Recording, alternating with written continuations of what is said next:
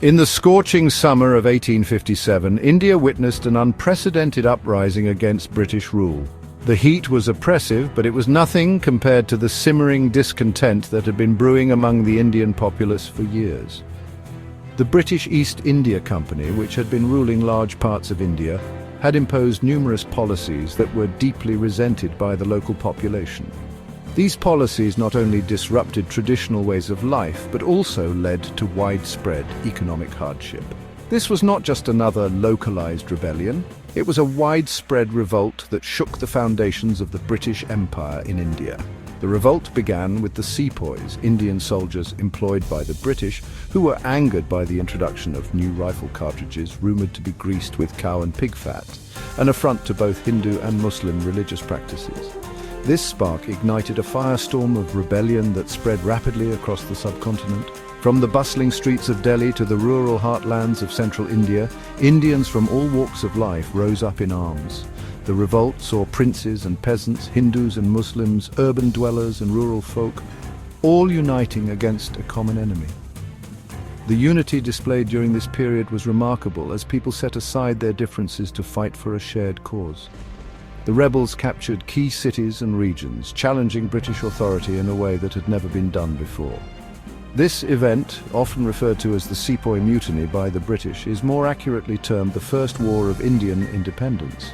The term mutiny downplays the widespread nature and the significant impact of the uprising. For many Indians, this was the first large-scale attempt to overthrow British rule and reclaim their sovereignty. It was a war fought not just by soldiers, but by ordinary people who yearned for freedom and justice. It marked a turning point in the history of British rule in India, exposing the vulnerabilities of the colonial power and igniting the flames of nationalism among Indians. The British, who had long believed in their invincibility, were suddenly faced with the reality of widespread discontent and organized resistance. This realization forced them to rethink their strategies and policies in India, leading to significant changes in the way they governed the country. The revolt was a complex event with deep-rooted causes, and its impact on the course of Indian history is profound. Economic exploitation, social and religious interference, and political domination by the British had created a powder keg of resentment. The uprising of 1857 was the spark that set it off, leading to a series of events that would eventually culminate in India's independence nearly a century later. To understand the significance of 1857, we must delve into the factors that led to this momentous uprising and examine its key events and figures. The revolt was not a spontaneous outburst, but the result of years of mounting grievances. Key figures like Rani Lakshmi Bai, Nana Sahib, and Bahadur Shah Zafar played pivotal roles in leading the resistance. Their stories, along with the events that unfolded, provide a deeper insight into the complexities of this historic struggle for freedom. The revolt of 1857 was not a spontaneous eruption. It was a complex and multifaceted uprising that had been brewing for years, fueled by a myriad of factors that affected various strata of Indian society. The discontent among the Indian populace was not a sudden development, but rather the culmination of years of simmering grievances. These grievances were deeply rooted in the political, economic, social, and religious fabric of the time. A confluence of political, economic, social, and religious grievances created a volatile atmosphere ripe for rebellion. The political landscape was particularly fraught, with the British East India Company's policies of annexation and expansion alienating many Indian rulers. The British East India Company's policies of annexation and expansion had alienated many Indian rulers who saw their power and prestige being systematically dismantled. The doctrine of lapse, a policy that allowed the British to annex any princely state where the ruler did not have a direct heir, was particularly resented. The doctrine of lapse, used to annex states like Jhansi and Satara, caused particular resentment. This policy was seen as a direct attack on the sovereignty of Indian rulers and their traditional rights. Economically, the British policies favoured British industries and traders at the expense of Indian artisans and merchants. The traditional economic structures were being dismantled, leading to widespread economic distress. Traditional industries were decimated, and India was increasingly becoming a supplier of raw materials and a market for British manufactured goods. This economic exploitation led to the impoverishment of many Indian artisans and traders, who found it increasingly difficult to compete with British goods. Socially, the British missionaries' attempts to convert Indians to Christianity and the introduction of Western education were perceived as threats to Indian culture and religion. The British were seen as not just political and economic oppressors, but also as cultural imperialists. The abolition of practices like sati, though well-intentioned, were seen as intrusions into traditional customs. These reforms, while progressive, were often implemented without regard for Indian sensibilities, leading to further alienation and resentment. The discontent was not limited to civilians. Indian soldiers or sepoys in the British Army also had their own set of grievances. They were often paid less than their British counterparts and faced discrimination and harsh treatment.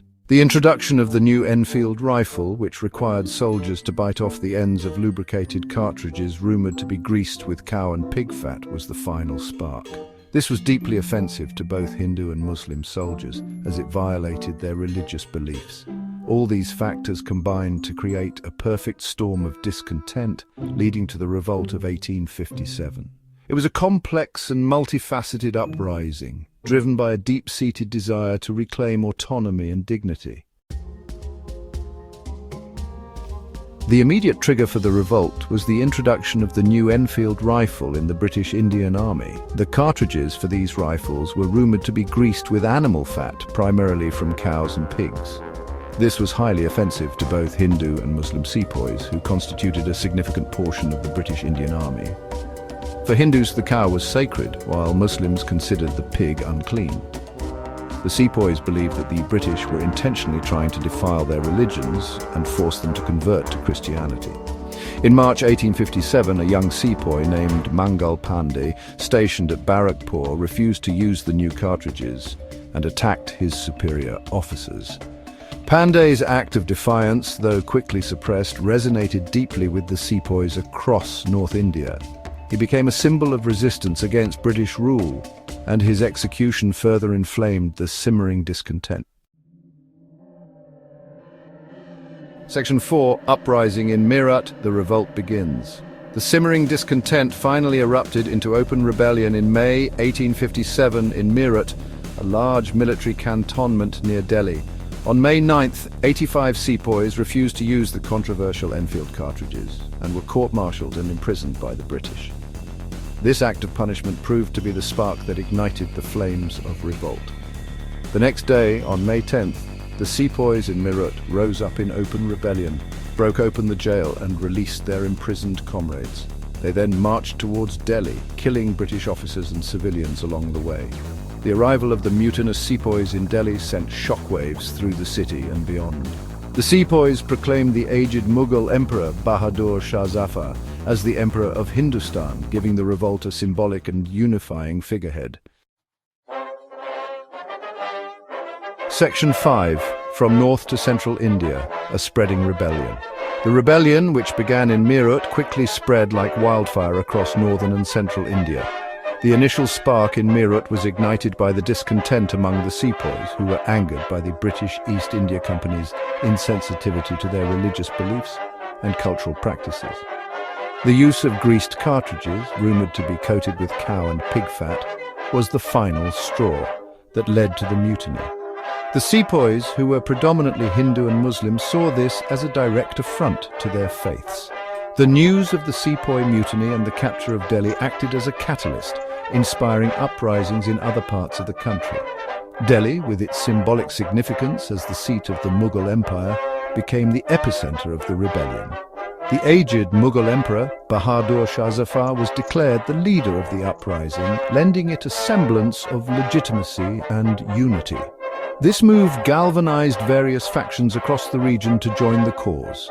In Kanpur, Nana Sahib, the adopted son of the late Peshwa Baji Rao II, emerged as a leader of the revolt. His leadership was crucial in rallying the local forces against the British. Nana Sahib's grievances were personal as well as political. He was denied his father's pension by the British, which fueled his animosity towards them. Under his command, Kanpur became a significant centre of resistance. In Jhansi, The young queen, Rani Lakshmibai, took up arms against the British after her state was annexed, using the doctrine of lapse. This policy, which allowed the British to annex any princely state where the ruler did not have a direct heir, was seen as unjust and exploitative. Rani Lakshmibai's defiance and bravery became legendary, and she remains a symbol of resistance and courage to this day. In Lucknow, Begum Hazrat Mahal, the wife of the deposed Nawab of Awadh, led the resistance against the British.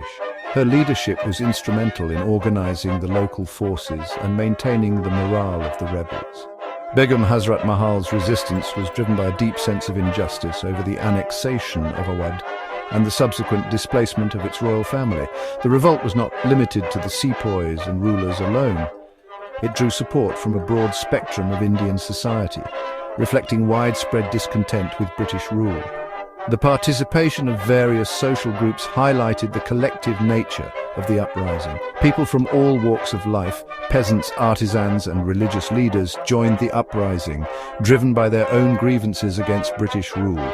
The peasants were burdened by heavy taxes and oppressive land policies, while artisans faced the destruction of their traditional livelihoods due to British economic policies. Religious leaders too saw the British as a threat to their cultural and religious autonomy. The revolt took on a popular character, becoming a symbol of resistance against foreign domination. It was a manifestation of the collective anger and aspirations of the Indian people who sought to reclaim their land and sovereignty.